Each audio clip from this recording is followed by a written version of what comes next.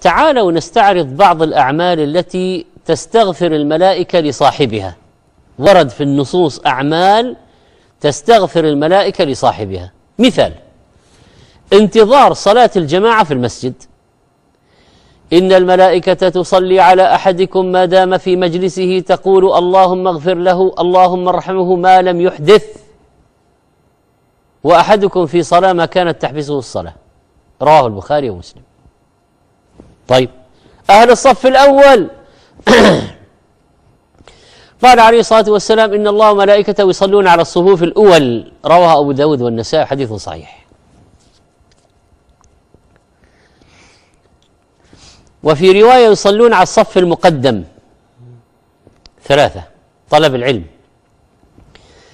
إن الملائكة لتضع أجنحتها رضاء لطالب العلم، وإن العالم ليستغفر له من في السماوات ومن في الأرض حتى الحيتان في الماء، وفضل العالم على العابد كفضل القمر على سائر الكواكب. رواه أبو داود والترمذي.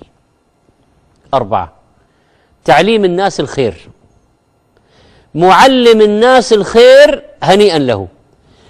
قال عليه الصلاة والسلام إن الله وملائكته وأهل السماوات والأرضين حتى النمل في جحرها وحتى الحوت لا يصلون على، يدعون لمن؟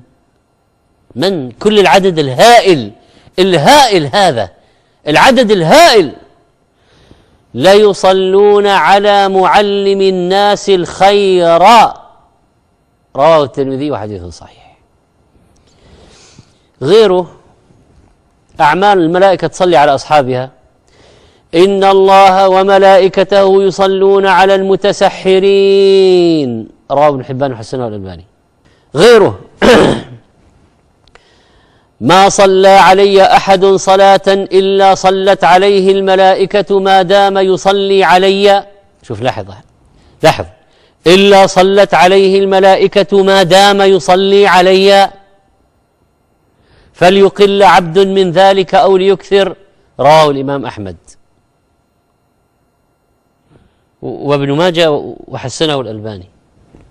غيره ما من مسلم يعود مسلما غدوة يعني صباحا إلا صلى عليه 70,000 ملك. 70,000، 4 أصفار. 70,000 ملك، 70,000 ملك حتى يمسي، يعني من الصباح إلى المساء.